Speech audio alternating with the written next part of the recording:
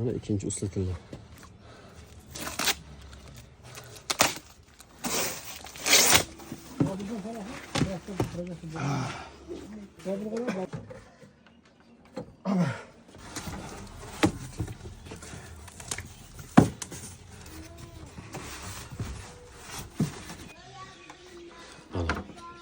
Üstakisi olib qo'ying.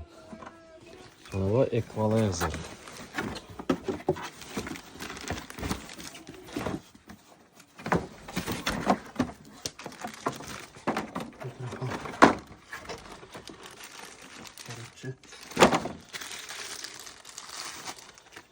Şu.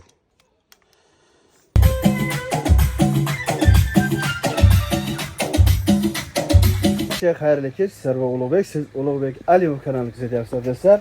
Orqamdagi nima desangiz, bu apparatura. Ya'ni to'y xizmati uchun chet davlatdan Tojikistonga apparatura kirgizib keldim. Ya'ni bu meni shaxsiy apparaturam. Xudo xolasa mana 2 yildan beri to'yga yursak-da, ba'zi bir joylarda do'stlar juda ham arenda apparaturadan qiynalib qolaman-da. Men xohlagan apparatura kelmasligi mumkin. Nimadir bo'lishi mumkin. 8 ta, 10 ta oxirigacha borishi mumkin-da. Albatta do'stlar, men o'zim uchun va sizni to'yingiz zo'r o'tishi uchun 12 ta kolonka qildim. Italyanskiy, Dinacord va do'stlar Expro 5. Menimcha bunaqa hali hech kimda yo'q. Expro 5 juda ham qimmat apparatura. Даже sifirini aytishim shart emas. Chunki do'stlar ko'rib turib o'zlaringiz bilasizlar bu narsani.